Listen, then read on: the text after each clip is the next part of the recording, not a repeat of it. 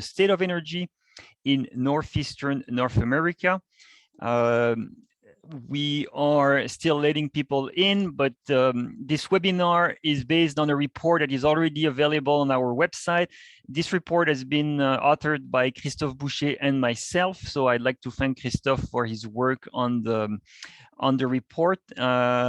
And we had a lot of collaborators who are listed in the report, so I thank them all for their work on this report. So I'll start by saying a few words on the reason why we developed this state of energy in Northeastern North America. The key reason is that there are markets, among these 5 different regions that are Ontario, Quebec, New York, New England, and the Atlantic provinces. There are energy markets that are already integrated, but could be even more in the future. And despite the current integration and despite the potential to improve collaboration, there is still a limited understanding and level of cooperation between these different markets. And this limited understanding of the state of energy in this large region was the main justification for the work that we've put in the report here, to make sure that everyone understands better what is the energy markets in Northeastern North America. And this region, why this region? Why do we use Northeastern North America, which is a combination of Canadian provinces and US states?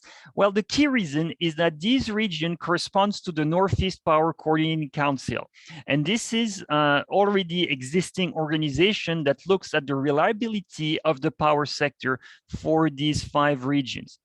And as electricity will or is planned to become even more central in decarbonization plans in the future years, then the reliability of electricity system, the planning of the electricity system is key for decarbonization. Decarbonization is a topic on everyone's lips, so we really need to be careful on how we plan. And electricity being so central, a good understanding of the electricity system is needed to understand what is the challenge and what could be the eventual benefits of more collaborations in the region. And of course, electricity is not the only energy being used. So this report is really on the state of energy, all energy included there. So I will be presenting the report. I will take questions by the end of the hour. We have an hour for us. I will invite you not to use the chat for your questions, but to use the Q&A section that you should find in the Zoom menu. So write your question. I will see your questions. I will take them at the end. If you want to use the chat, please feel free to use the chat, but I will not read the chat while I'm presenting, simply because I cannot do everything at the same time. But I'll leave at least 15-20 minutes at the end of the presentation to take your questions. So don't hesitate, write down your questions, and I'll try to answer them as well as I can. So today we'll cover the report, 5 key parts. First, a regional outlook with some greenhouse gas emissions, because this is probably the key driver in energy markets and electricity developments these days. Then we'll look at production and consumption of energy in Northeastern North America, prices and trade in our region, clean energy targets and policies. We'll have a brief look at these, and we'll finish by looking at the key institutions and companies that are present in these different regions. And by looking at this wide array of institutions, then we will probably be able to conclude that there can be some efficiencies that could be probably obtained if we were doing some collaboration in different ways. But this report is really fact-based. So of course, from here and there, so time to time, I may place a comment which could be more editorial, but the report is really entirely fact-based, and all the sources, I may not show them on the slides, but they are on the report that you can access easily on our website where you registered. So let's have a look at the region and give some general context, because even though most of us live in the region, we may not know that there's almost 60 million people living in the northeastern North America, and of course the largest state is New York, almost 20 million. Then New England, combining 6 different states, 15 million. Then comes Ontario with another 15 millions. Quebec is 8.5 million, and the Atlantic provinces, 4 different provinces, small provinces, combined 2.5 million. That population is the equivalent of Italy. Italy is a country of 60 million people. France also has, close to 60 million people, 67 million people. So we could be a country with the number of people that are living here. And you can see the GDP listed here. I won't go into the details. Of course, our US friends have much larger GDPs than us in Canada. And maybe it's because it's colder up here. I don't know. And you can see that, in terms of temperature, we are especially in Quebec and the Atlantic provinces, much colder than in Ontario and New York and New England. So of course, this will have some implications in terms of heatings, but we won't go into these details. But let's remember that 60 million people is equivalent to a country in Europe. And in a country, you have one single set of institutions. And here we have a wide number of regulators, companies, approach, market designs, and so on. And so maybe at one point it could be an idea to clean up our institutions in the energy sector to have something that is more prone to lead us to a smooth decarbonization path. But let's go into the data right away and look at primary energy production in our region and energy consumption. So you can see what we are producing in as a total in the region. We are very, very lucky to have a high level of renewable production. 50% of energy production is renewable, and here it's primary energy production is renewable. Nuclear energy is the second largest share, and then there's some crude oil and natural gas production in the Northeast. And as we will see, this is mostly in the Atlantic provinces, which are the only one producing significant amounts of crude oil and natural gas. However, despite our level of renewable energy production and other types of production, we're consuming much more energy than what we are locally producing. So globally, we are consuming, as you can see, almost 3 times the amount of production that is local. And oil products are almost half of our energy consumption. Natural gas comes second, and I already see a small mistake because it cannot be 6.5% here, so that is a typo. But it's closer to 25% of natural gas in terms of final energy consumption, and electricity 20%, and then some bioenergy and a little bit of coal in some provinces, which gives us a self-sufficiency ratio of 0.35. And very often, in terms of energy independence and energy security, we see that energy self-sufficiency ratio as being important, especially in electricity. Provinces and states really care about the amount of energy and electricity that is produced locally.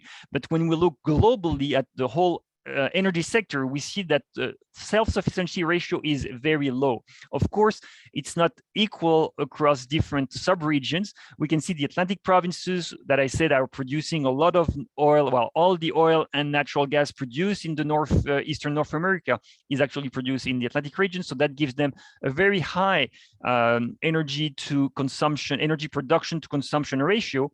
But the other regions, Ontario, Quebec, New England, and New York, have much lower self-sufficiency ratio, which is fine as long as we accept that importing energy is not an issue.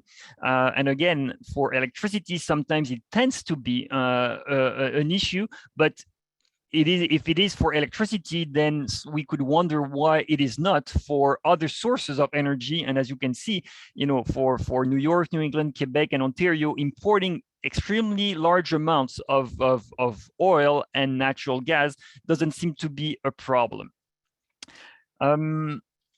Now, it doesn't, importing large amounts of oil and natural gas isn't a problem, but in terms of energy security issues as we perceive them, but in terms of greenhouse gas emission, it is a key issue because we are extremely committed in the Northeastern North America to reduce greenhouse gas emissions. So if we look at the trend from 1990 to now, there is an overall decreasing trend in greenhouse gas emissions. Everywhere we see it tends to go down, although in the decrease was much higher in the early 2000s, and it has kind of slowed down a little bit more recently.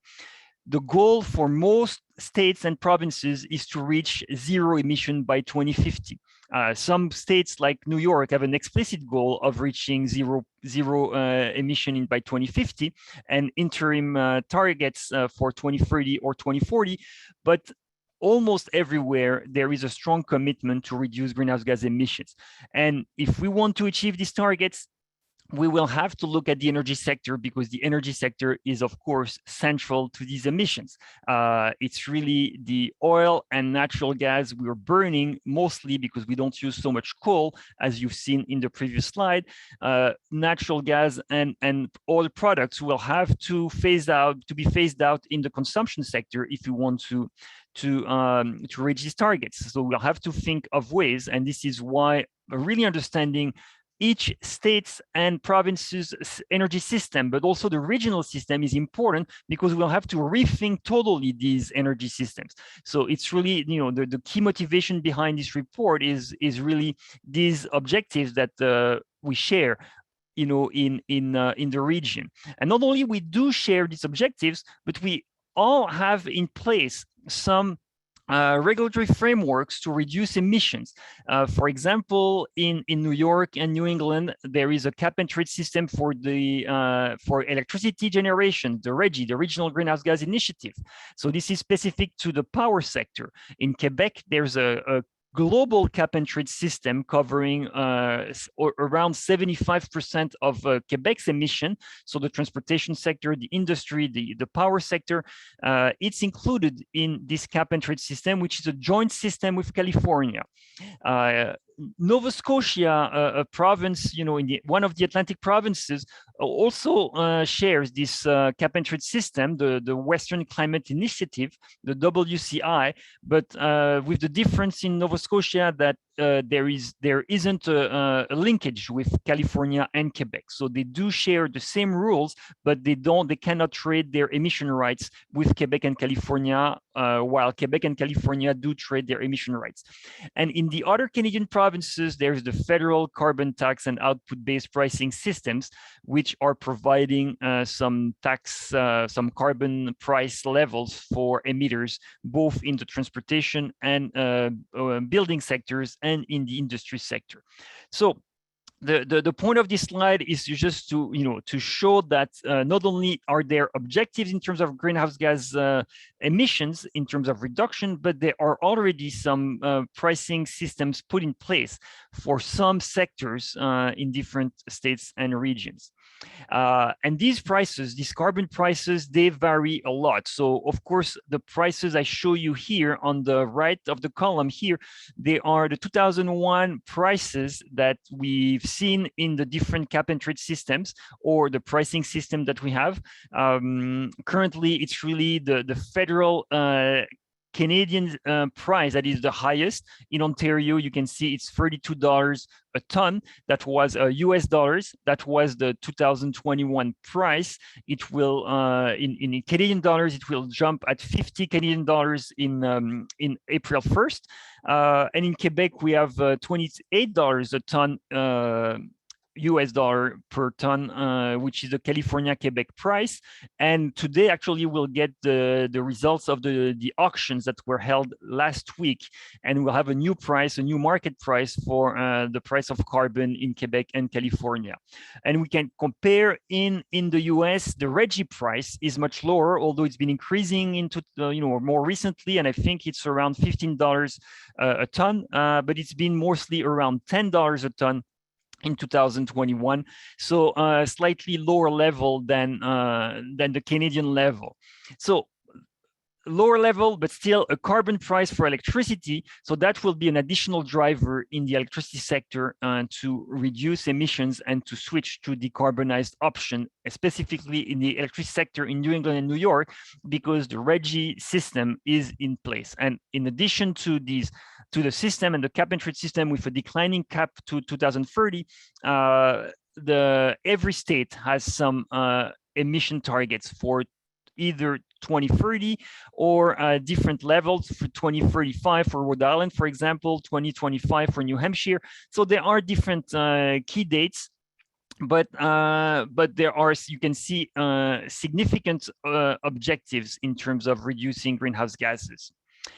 So this was for the general overview of the system. Let's look at production and consumption in more details to understand the specificities of each state and province. So as you can see here, the primary energy production we have is dominated by the Atlantic provinces, these tiny provinces with only 2.5 million people. They are producing the crude oil and natural gas of the region. Of course, we do import, and we have no problem importing crude oil and natural gas from other sources. So, so the region, of course, is trading with the world.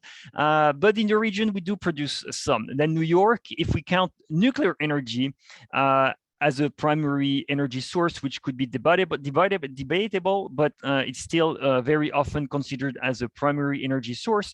New York would be the second largest energy producer in terms of primary energy production, then Quebec, then New England, then Ontario. And nuclear, as you can see, is very important in the energy production, in the local energy production. That is excluding electricity produced by imported natural gas or oil from different sources, or even coal. And as we, as I've mentioned already, there's a very tiny coal production in the Atlantic provinces, but really you can see where the energy is produced, and then this is mostly in the Atlantic provinces and New York and Quebec. In terms of electricity generation, which is of course a topic, a sector of interest and growing interest in the future, the ranking of who are the big generators, producers, is shifted towards Quebec, which is the biggest electricity producer of the region, with more than 200 terawatt hour of electricity produced every year. This is for 2020, but it's not an unusual year. Then Ontario is producing 155 terawatt hour, but dominated by nuclear power. And then we see New York and New England, significant production. They actually have to import because that doesn't meet and satisfy their needs. But this production is dominated by natural gas. Almost 50% in New York and more than 50% in New England of power generation is coming from natural gas. So this is a key sector that will have to change in the coming years, especially in New York, that has, and we'll come to these specific targets, but New York has a goal of 70% of renewable energy production by 2030. This is in 8 years. So you can see it will have to shift away from natural gas very quickly. 8 years, that's a really, it's a very short period. New England has of course different goals depending on different provinces, because different states, because there is not a joint energy or environmental policy for the 6 New England states, but but if we're looking at each of them, of course, they have targets, especially Massachusetts and Connecticut. They have very ambitious targets in terms of renewable energy and reducing greenhouse gas emissions. So their electricity sector will have first to be decarbonized, and then to be also supplying electricity to other sectors that will likely be electrified. So here you see the state of the electricity sector in terms of generation. Now, of course, that we can look at the capacity, also the installed capacity, and we can see, for example, unsurprisingly, that Quebec, has a very high installed hydropower capacity, or close to 40 gigawatts of hydro capacity. That capacity of 40 gigawatt of hydro is used at a very high capacity factor, 54%. Not the highest in the region. We see New York hydropower plants are used with a capacity factor of 72%. So that means they are used at full capacity 72% of the time, or on average it accounts for that. But this is still a high capacity factor when you compare to wind or solar. And then we don't show solar energy here, mostly because there's so small amount of solar energies and PV installed in the Northeast that we don't really need, we couldn't show the numbers. So the solar capacity would be here included in other. So you can see, well, I also mentioned that in terms of installed capacity, natural gas is extremely high in New York.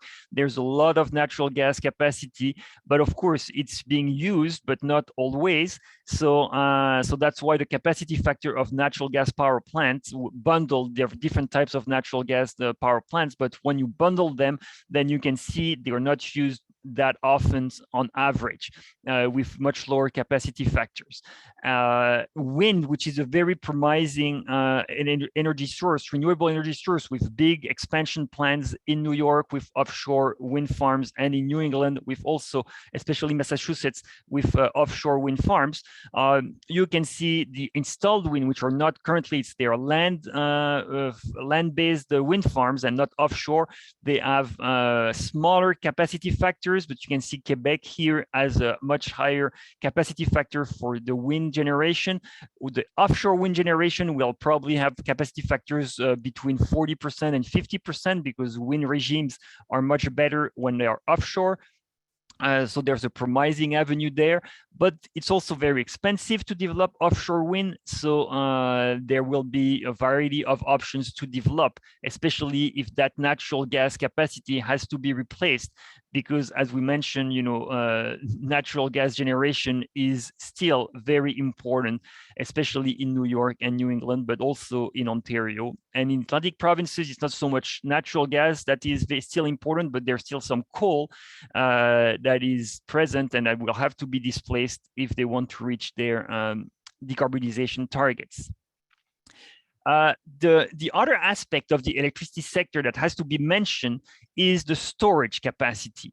Storage is often presented as being key to integrate renewable intermittent generation sources. And I also believe that it is true that storage is very important. So the state of the installed storage capacity in the region can be shown as you can see in the table here. So if we exclude hydropower reservoir, we can see that pump hydro storage is very important in New England and New York, especially in terms of megawatt hours. So you can see more than 10,000 megawatt hour of storage capacity in New England and New York. Battery storage and other forms of storage like compressed air, for example, or other types of storage, they remain marginal in terms of what can be stored.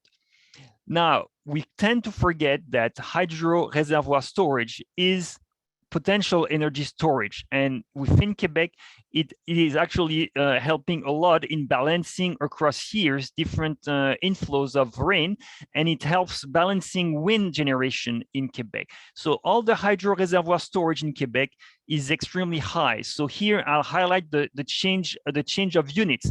Before we were talking in terms of megawatt hour, and then for hydropower storage, reservoir storage, we're talking in terawatt hours. So terawatt hours are millions of megawatt hours of storage.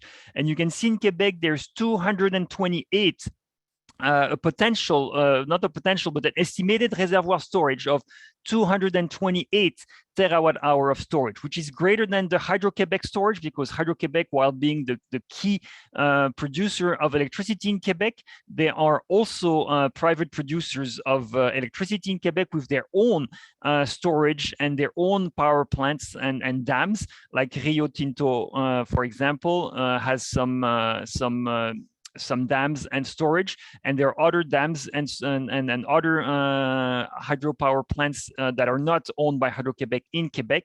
So that's why there's such a large amount of storage within Quebec.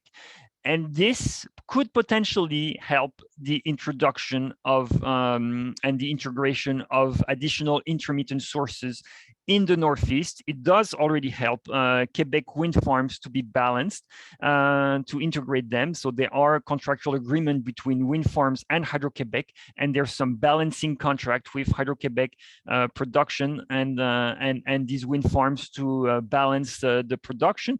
But that could potentially be increased and involve other jurisdictions if commercial agreements were designed to allow such agreements.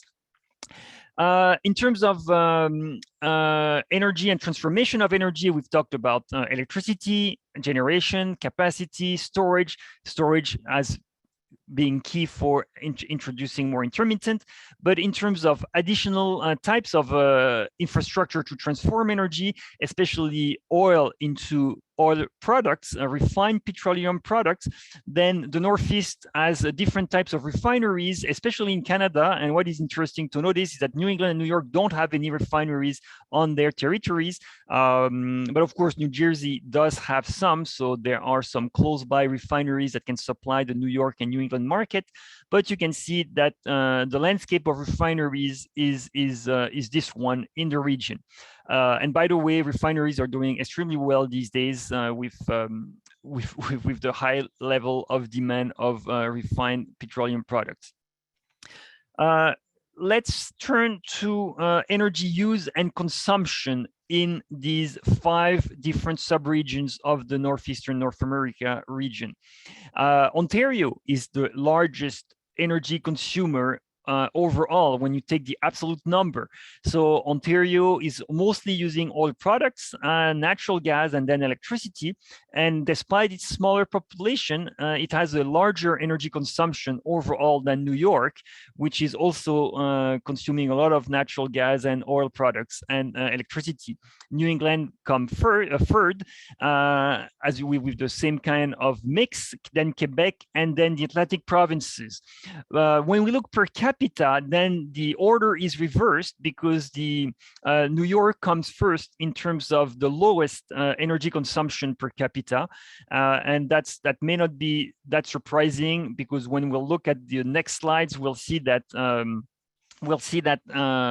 the industrial sector is much smaller in New York and New England. So what explains the high level of energy consumption in Ontario and even Quebec is the importance of the industrial sector. The industrial sector being much smaller in New York and New England, that explains why the per capita energy consumption is much lower in these two states or group of states compared to the provinces of Ontario and Quebec. But there's a wide change in terms of energy per capita. And just to give you a benchmark, worldwide, an average human uses 54 gigajoule per person per year. So in our region, we are consuming about 4 to 5 times the world average in terms of per capita energy consumption. So I was talking about, how this energy consumption is spread across different sectors. So as you can see, New York and New England here have a very small industrial sector in terms of energy consumption, only 10% in New York and 13% in New England, whereas in Quebec, almost 40% of the energy is going to the industrial sector, which is not surprising, because we will talk about prices later on. But with the low electricity prices in Quebec, given the abundance of hydropower, cheap hydropower, then a lot of energy intensive industries like the aluminum industry came to Quebec and is very energy intensive and overall uses a lot of electricity. So that's why you have a very high share of industrial energy consumption in Quebec. Otherwise, the transportation sector in all these regions is using around a third of the energy that we're using, which is a lot of energy. And of course, it's almost 100% oil products. There's, of course, there are some biodiesel and then ethanol and tiny shares of natural gas and electricity, but it's really dominated by oil products. And then the building sectors with the commercial here, the commercial and residential sector in gray that you can see. And in Canada, in Quebec, for example, Ontario or the Atlantic provinces, it may seem that we are using in proportion less energy in the residential sector, despite, but it's really because it's a smaller share because we overall have a bigger industrial sector. But if we're looking per capita or per square meter or square foot, then we would be using more energy in Quebec and Atlantic than in New England and New York, where the climate is not as cold, and therefore less energy is being used for heating, which in the residential sector, heating dominates the energy consumption. So let's look at prices and trading, because this will actually highlight some potential benefits of more trading and complementarities between the different regions. So I'll direct your attention to the left, where we'll see the gas price. So that's really the gasoline price. No, sorry, that's the natural gas price. And you can see different levels, very different levels. Ontario being the province with the lowest price per 1,000 cubic feet. And of course, that's for residential price. And then you see much higher levels in New York, in New England, even in Quebec and the Atlantic, because distribution is of course adding some cost. And as there's no production in most of these states and provinces, and they're far away, they're actually at the end of the network, they add the transportation and distribution costs, which are really high. And that drives up the cost of natural gas. Ontario being closer to the production, natural gas production regions, then there's less cost in bringing in the natural gas.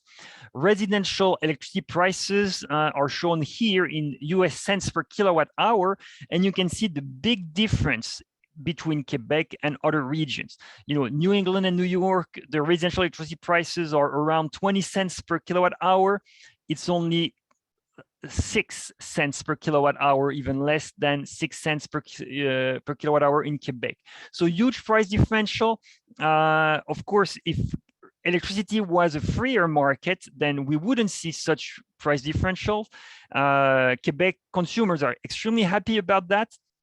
But it does create some trading opportunities, because of course, when you have cheap pockets of anything and markets with higher prices, there are natural economic benefits to be made if trade is improved. In terms of gasoline prices, and this is what the two charts on the right show. They show the reason why in Canada we pay more per liter than in New England and New York. It's really because we have more taxes. So here we can compare, and I'll just drive your attention to the right panel here, where you can see the level of taxes. So these are cents per liter, different taxes on gasoline. And you can see in Canada, we pay 30 cents of overall taxes per liter. Well, in the US, you only pay 12 to 14 cents per liter of gasoline. And in a way, that will make the electrification of the transportation sector slightly easier in the US, because the government won't have to forego as much tax revenues when you electrify transportation. And in Canada, there'll be more taxes that will tax revenues that will disappear if really we electrify transportation and then don't collect the gasoline taxes. So, so although the higher price favors more electrification, in terms of tax revenues, lower tax revenues will actually make it less problematic for the government to electrify transportation in the US. In terms of infrastructure, so here you have the transmission infrastructure in the region. And as you can see, it's more like a circle. And then it's been recently completed. That circle has been recently completed with that transmission link between Newfoundland and Nova Scotia. And of course, that is to bring some of the electricity from Labrador down to Nova Scotia. But it's mostly that it's actually that design of the network is not really a circle. It's really meant to transport electricity from northern Quebec to southern Quebec. And in some cases, you can see there are additional existing transmission lines, one DC line going to New England and another, and some lines going to New York. But you can really see there is a break here in these transmission lines. The system is not designed to allow the electricity to flow at the key consumption centers, which are in New York and New England. And the design of the network could be improved if it was decided in the region that there would be more trade and more collaboration in the implementation of wind and renewable options. And if storage in the hydro reservoir in Quebec was decided to play a role in the region's integration of wind and solar energy to balance the intermittency of wind and solar energy, then the transmission network is not designed for that. And that there would have, of course, to be discussions on how to redesign the transmission network to help the region be more reliable in terms of electricity generation, which of course can only grow in importance in the future if we want to decarbonize. So we have additional figures here in terms of capacity and actual exports, but I won't comment on that.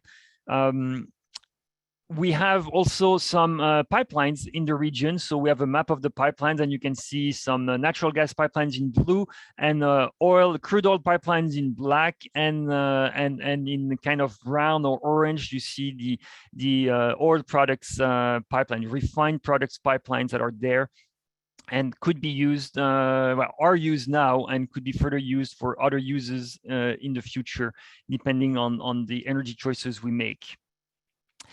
We do have different clean energy targets and policies, and that's what I want to highlight now. In addition to our direct greenhouse gas emission reduction targets that we have for 2030 and 2050, and they're all aligned. So you can see the very ambitious targets, overall targets for all the New England states, for example. Massachusetts and Maine are aiming at net zero by 2050, but all other states are aiming at 80% or 85% reduction, which are huge reductions in any cases, because these are overall reductions for all of the states for 2050. So huge reductions. They'll have to change their energy system, all the way, because you cannot meet these targets without redesigning your energy system.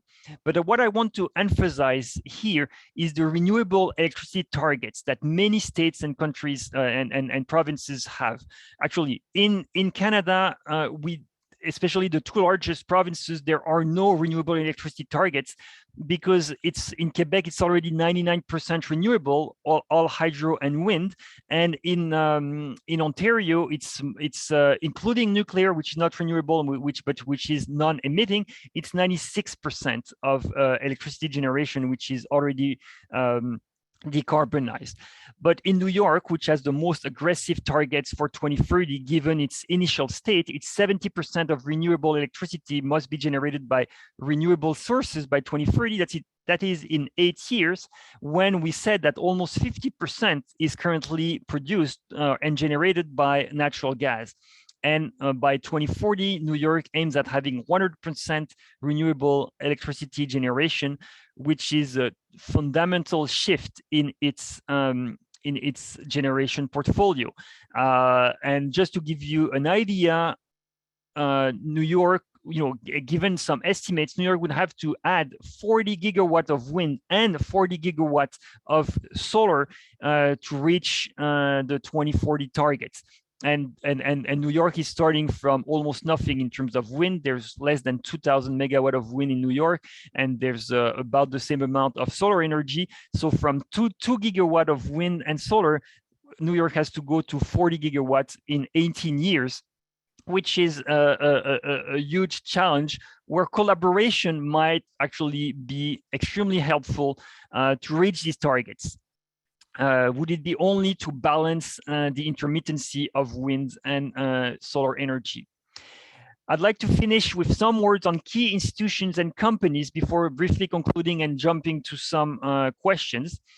And I won't go into the details of all of these, all of the details of these different institutions that are present at the different,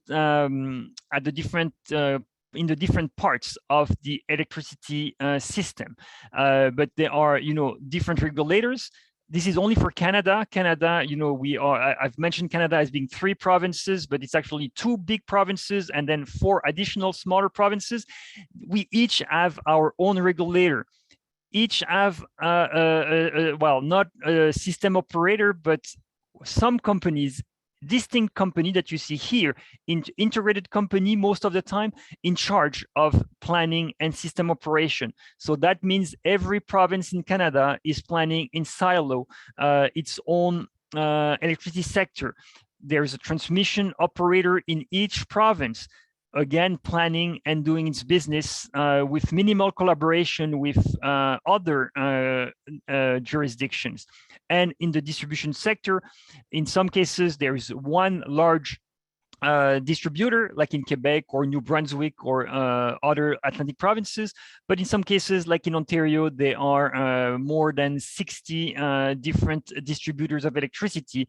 So, so there's a large variety of institutions. So a lot of small players not collaborating a lot and not talking to each other a lot when the system has to be totally redesigned. In the US side, it's probably even worse in the sense that we do have the same, as many regulators as states. System planning in New England is being done through the New England ISO, but with the support of different Department of Energies from different states.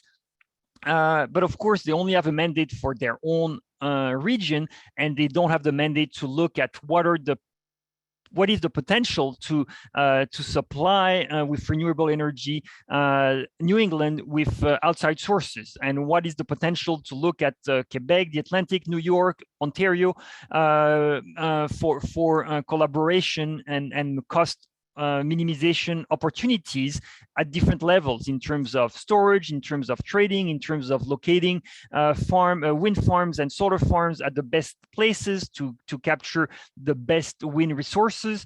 So joint planning would certainly help making better decisions when we have such a fundamental shift to make in our power sector. And of course, there are multiple generation companies, transmission companies, distribution companies. So that creates a sector with so many players that it is extremely hard to actually shift it towards something else. So of course, some political leadership will be needed to foster collaboration in that sector where so many players are actually trying to, trying to work on for their own interest, which is totally legitimate. But at one point, the individual interest of every company and every province is not in the best interest of the region, that could do much more at a much lower cost if more collaboration was obtained. In natural gas, we also have such a diversity of regulator.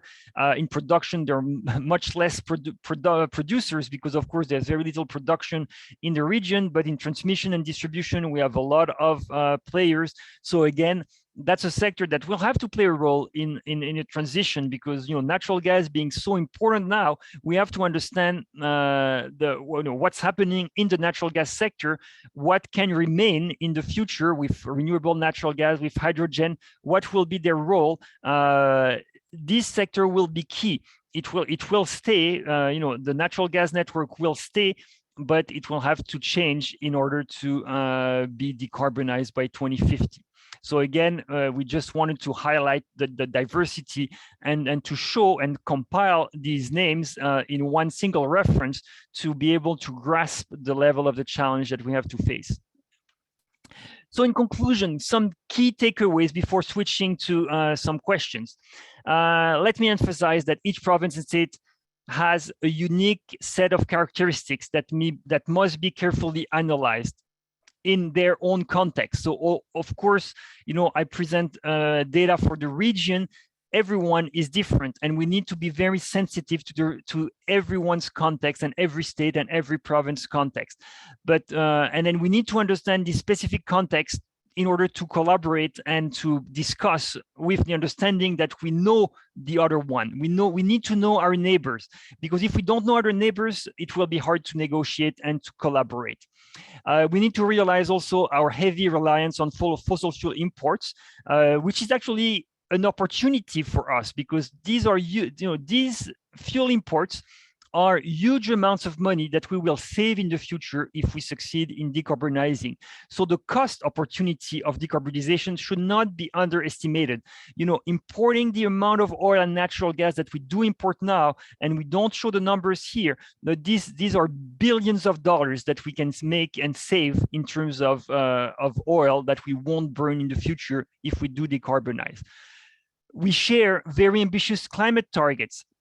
And this is a good thing, because we do share these targets, which wouldn't be the case in other regions in North America. In some states and Canadian provinces, there isn't such a consensus on climate change. So we do have that in common in the Northeast, and this is something that we should cherish and value. And of course, the key takeaway, and you probably have heard that from my different comments, is that collaboration has huge potential for making the system more efficient. Storage, trade, institutions, there are huge, significant gains that we could make by, of course, through discussion and through agreements, we could make significant gains. But in order to make these gains, we need to discuss. In order to discuss, we need some places to discuss these things. We need some political leadership to actually bring every stakeholders at a table to negotiate, to discuss, to see what can be the plans. We need to document these benefits that could be reached and how we will share these benefits. So I'd like to thank you on that. I'd like to thank the sponsors of my chair, which I've not been involved in developing this report, but I still want to thank the 10 of them, which are very supportive for the work of the chair in energy sector management. On that, I'll go directly to your questions, and I'll take the first one from Jean-Robert Wells. And his question is, why is that Nova Scotia, being part of the WCI, does not have an established link with Quebec and California? So that's a good question. Nova Scotia has decided to adopt the WCI framework and administrative tools to develop its own cap and trade system. So Nova Scotia has a cap and trade system. Instead of developing the system from scratch, they basically used all the rules, all the framework of the WCI, but they just don't allow trade of rights with Quebec and California, because they wanted to keep their own provincial price for carbon. So they didn't want to have a price that would be affected by emission levels in Quebec and California. And that was their choice. Hopefully they'll join, like Ontario joined the WCI initially in 2018 and then went out of the WCI and scrapped its cap and trade system. But Nova Scotia could actually join the system at any time. Jean-Philippe Hardy is asking, can you explain why wind farm capacity factors are better in Quebec than in other regions? I couldn't have the definite answer for that question, but I think there are two reasons. The first one I would claim is that the wind regimes in Quebec are pretty good. So there are good wind. There are good winds in Quebec. So that's where the wind farms are located. So that's the first point. And the second point I would but again, that would have to be verified. I think it's because with the balancing contracts they have with Hydro-Québec, they are able to produce more, because in Ontario, for example, where wind generation can be problematic at night when nuclear energy production is high, then they have to curtail wind production at sometimes. And same thing in other regions. If you cannot absorb that wind generation, you have to curtail wind generation, and therefore your capacity factor is going down. Quebec have with the storage capacity with Hydro-Québec is able to balance wind generation and therefore rise the capacity factor. Hugo Cordo is asking on slide 13, did building heating was included in electricity generation? So I'll go back to slide 13. Heating in buildings.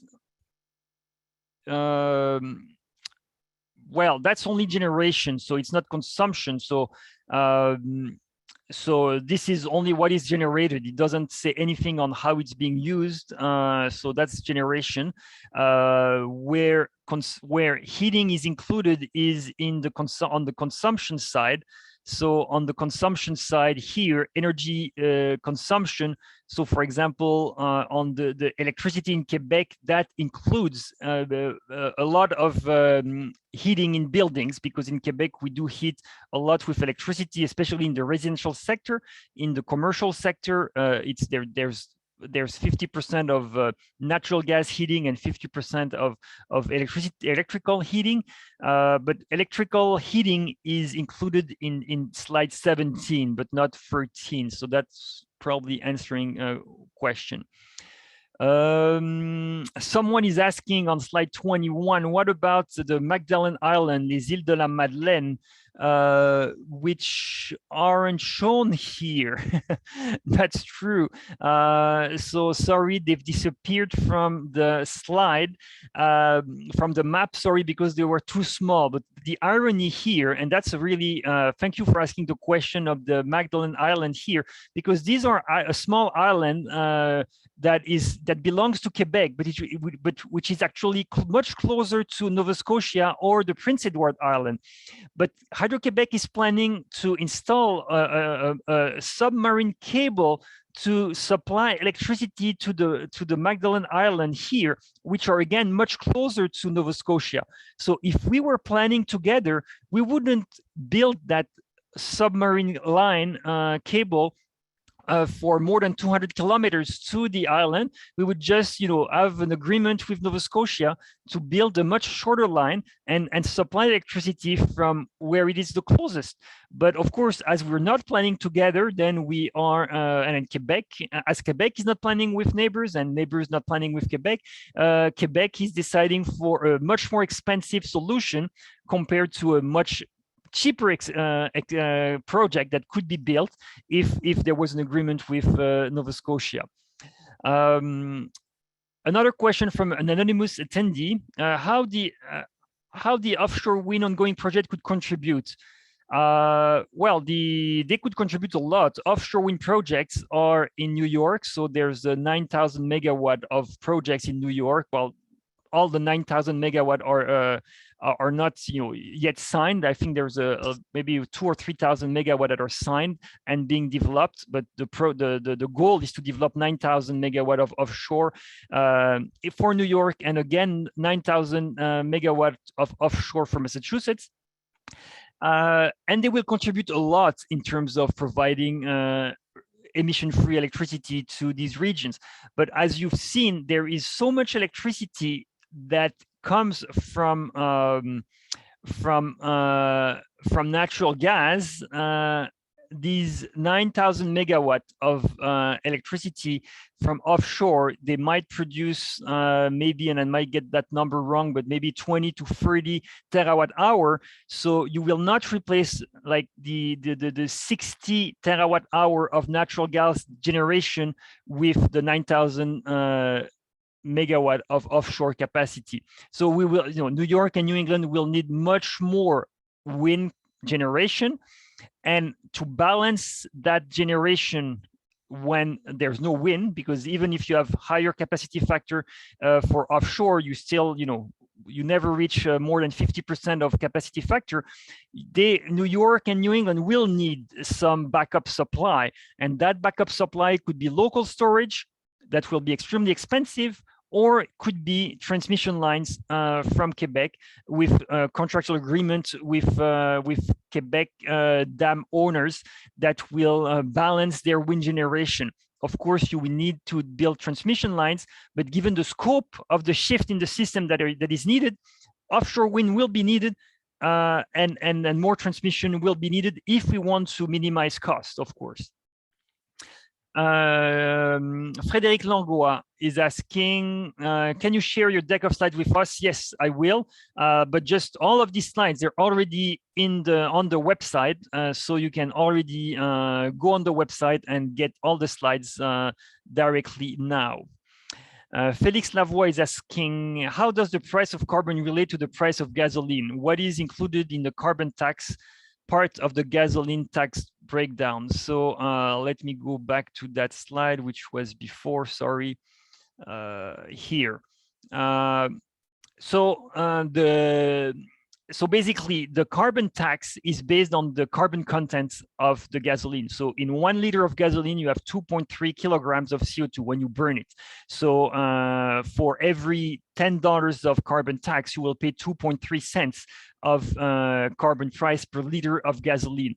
So so here the carbon tax, for example, for Quebec, the 5 cents here you see that is linked to the about $20 that was the carbon price at the time we took for the numbers of for these prices.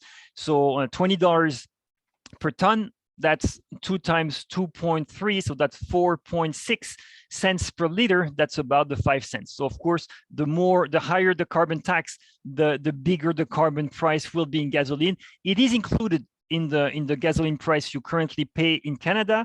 It's not visible for customers because the government has decided to hide the carbon tax from there, but it is there.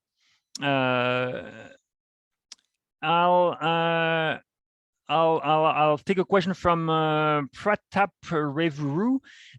With Ontario and Quebec producing more clean electricity, drivers for more distributed energy resources installation like solar, wind, and energy storage.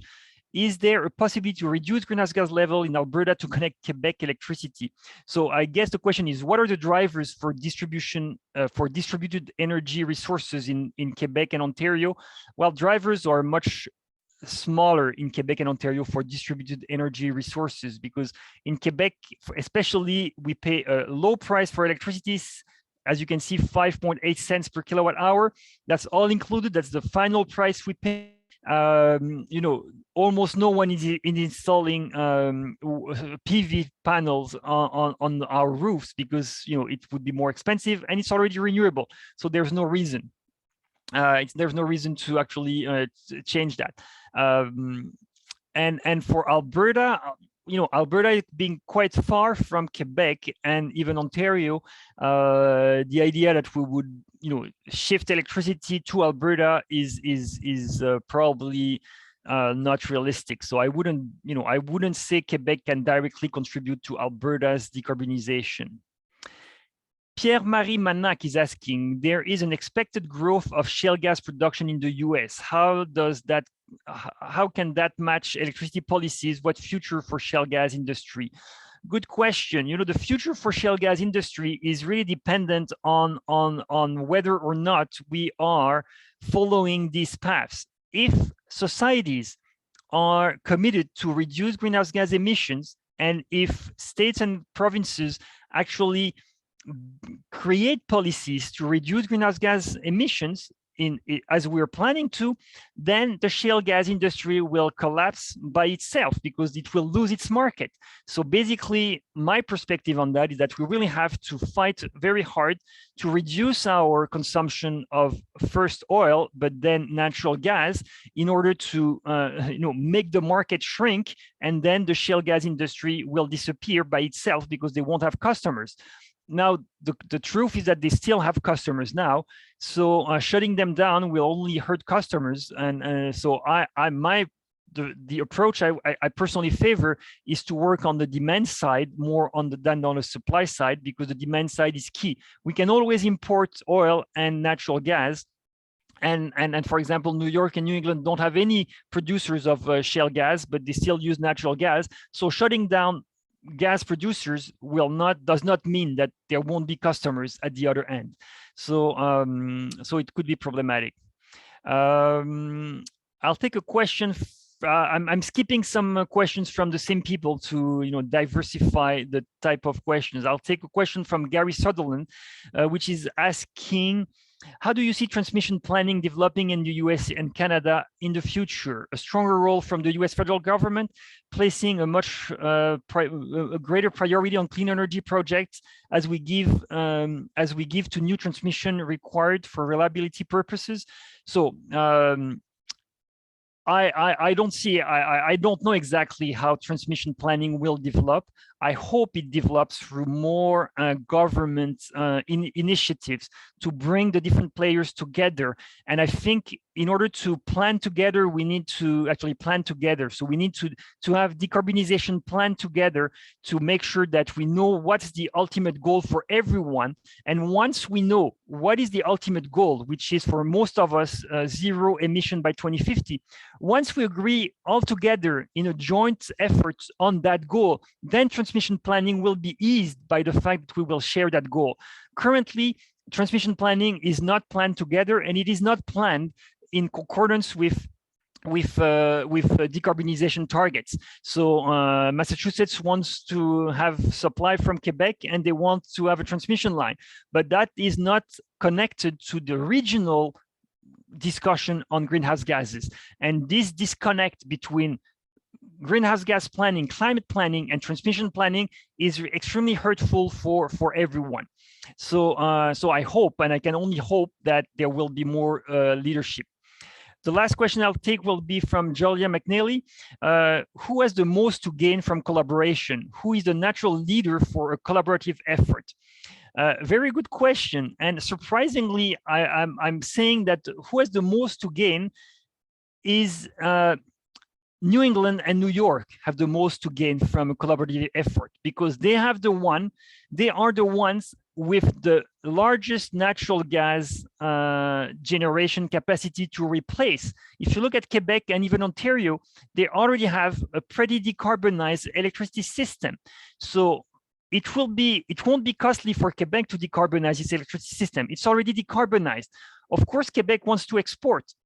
They can make money out of that, and there are difficulties to export. But if Quebec does not export, Quebec has plenty of opportunities to use electricity, clean electricity within its borders.